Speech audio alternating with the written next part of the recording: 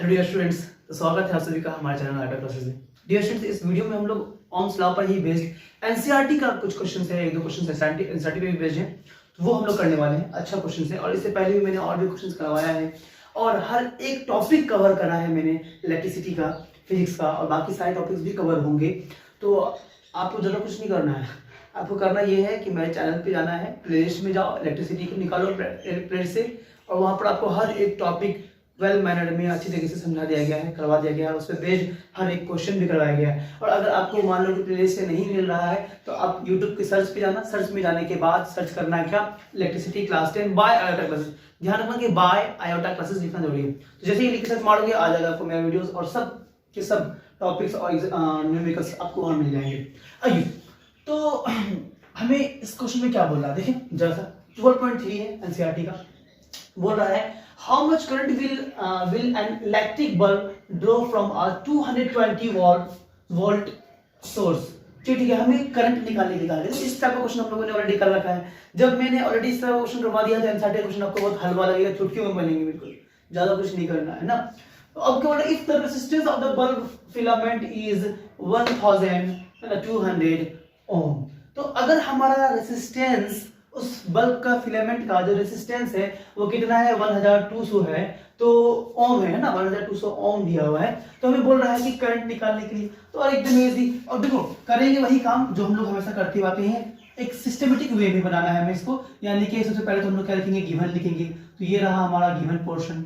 Given में हमें क्या क्या दिया हुआ है, तो गिवन में हमें देखो ये फर्स्ट पार्ट के लिए ना, ये ए पार्ट के लिए, फिर सेकंड पार्ट के लिए अलग है। तो फर्स्ट पार्ट करता हूं ना मैं, फोर फर्स्ट पार्ट, पहले पार्ट के लिए। ठीक है, क्या क्या हमें गिवन दिया हुआ है, तो पहले पार्ट के लिए हमें गिवन दिया हुआ है कि 220 वोल्ट हमें पोटेंशियल डिफरेंस दिया हुआ है ना। तो चलिए, यानी कि हमें पोटेंशियल डिफरेंस मैं पीडी से डिनोट कर रहा हूं, पीडी यानी कि पोटेंशियल डिफरेंस, जिसको अपन वी से डिनोट करते हैं ना। चलिए, पोटेंशियल डिफरेंस हमें कितना दिया हुआ है, 220 वोल्ट हमें दिया हुआ पोटेंशियल डिफरेंस। अब आगे क्या बोल रहा है कि रेजिस्टेंस हमें दिया हुआ है 1200 ओम्स। तो चलिए, रेजिस्टेंस को अपन आर से डिनोट करते हैं, तो यहां लिख दिया रेजिस्टेंस ना, बोले तो आर इज इक्वल टू हमें कितना दे दिया है, 1200 ओम हमें आर दे दिया रेजिस्टेंस। अब आगे बोल रहा है कि भैया आप इसका करंट निकालिए, एकदम इजी, चुटकियों में बनने वाला क्वेश्चन। करंट बोले तो आई निकालना है, तो करंट निकालना है, टू फाइंड यहां लिख दो, टू फाइंड, क्या हमें फाइंड करना है, तो करंट फाइंड करना है,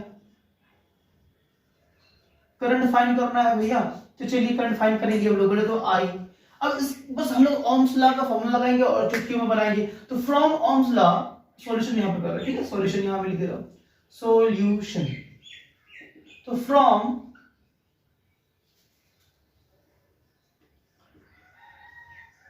ओम्स लॉ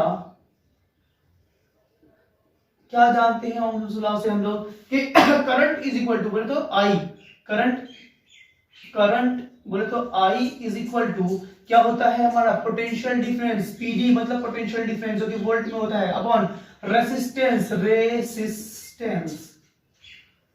चलिए जिसको अपन आर से डिनोट करते हैं। तो हम बस खाली वैल्यू पुट करेंगे और आंसर निकालेंगे। तो पीडी हमें दिया हुआ है 220 वोल्ट हमारा हो गया पीडी, और रेजिस्टेंस हमें दिया हुआ है 1200 ओम। तो यहां लिख दो 1200 ओम, ये मैंने लिख दिया।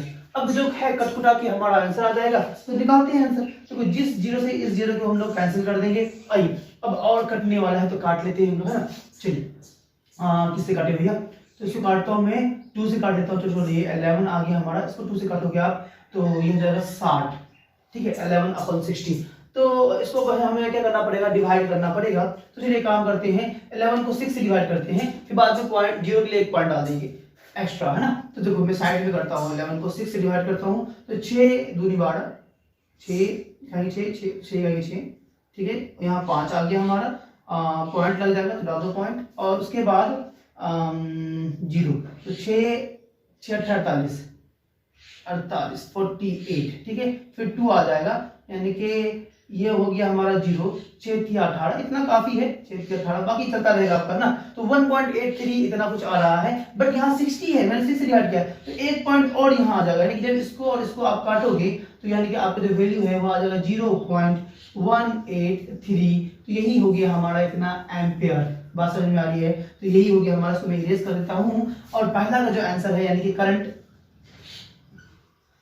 बोले तो I इज इक्वल टू हमारा आ गया है 0.183 एम्पियर। तो ये हमारा पहला का आंसर हो गया। अब आइए हम लोग बी नंबर जो है इसी का वो सॉल्व करते हैं, वो देखते हैं कैसे करना है। मैं इसको इरेज कर देता हूँ।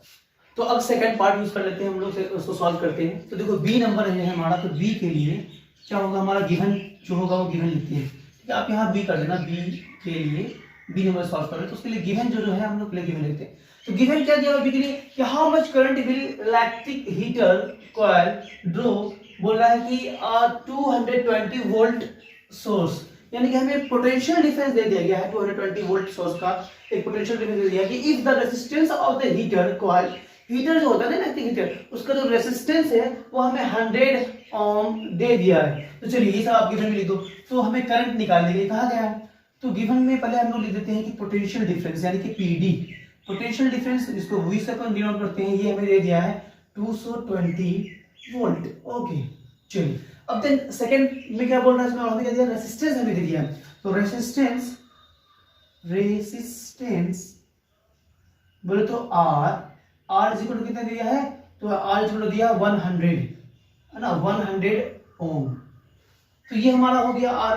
ठीक है, अब आगे देखो क्या बोल रहा है कि हमें फाइंड क्या करना है। तो टू फाइंड में मैं लिखता हूं कि टू फाइंड हमें करना है करंट। तो लिख दो करंट, लिख दिया यहाँ पर करंट बोले तो I हमें फाइंड करना है। अब उसको सॉल्यूशन बनाते तो मैं सॉल्यूशन यहाँ लिखता हूँ सॉल्यूशन, यानी कि हम जानते हैं कि फ्रॉम ओम्स लॉ से क्या जानता हूं कि I इज इक्वल टू बोले तो करंट इज इक्वल टू होता है हमारा पोटेंशियल डिफरेंस यानी कि V बाय रेसिस्टेंस बोले तो R, रेसिस्टेंस ये होगा ना। चलिए, तो रेसिस्टेंस और हमें क्या करना है, करंट निकालना है। बोले तो I निकालना है, यानी कि I इज इक्वल टू यहां से क्या हो जाएगा हमारा, तो I इज इक्वल टू होता है पोटेंशियल हमें दिया हुआ है 200 वोल्ट, तो 220 वोल्ट ये दिया हुआ है। रेसिस्टेंस अभी इस बार मुझे 100 दे दिया है, तो ये हो गया हमारा 100 ओम का हो गया रेसिस्टेंस। तो this zero and this zero will get cancel, तो यहाँ पर जीरो है तो यहाँ पर पॉइंट है। कितना घटिया क्वेश्चन था, इतना वाहियात, एक्सपेक्टेड नहीं था मुझे एनसीईआरटी से, देखिए एनसीईआरटी इतना इजी क्वेश्चन भी डालेगा अपने बुक में सैंपल पेपर। चलिए, तो ये हमारा आंसर आ चुका है, करंट इज इक्वल टू हमारा आ गया 2.2 एम्पियर वोल्ट।